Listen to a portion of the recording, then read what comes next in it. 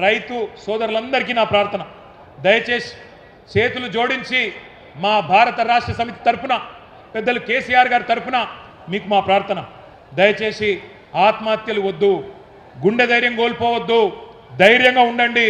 ఇంకొక సంవత్సరంన్నర తర్వాత మళ్ళా మంచి రోజులు వస్తాయి. ఈ రాబందు రాజ్యం పోతుంది, రైతు బంధు కేసీఆర్ రాజ్యం వస్తుంది. చివరిగా ఒక 4 తీర్మానాలు నేను చదువుతాను, మీరు ఆమోదిస్తే చప్పట్లు కొట్టి ఆమోదించాలని చెప్పి నేను కోరుతా ఉన్నా.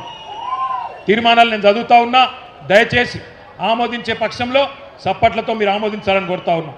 అన్నదాతలకు వెన్నుపోటు పొడిచిన కాంగ్రెస్ గవర్నమెంట్ దుర్మార్గమైన తీరును నిరసిస్తూ ఈ ఓరుగల్లు సాక్షిగా మన రైతు సంగ్రామ సదస్సు 4 తీర్మానాలు చేస్తున్నది.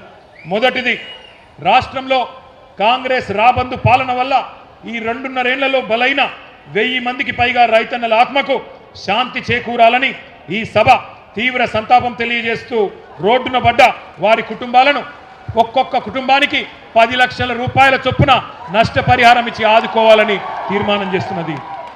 రెండవది, వరంగల్ వేదికగా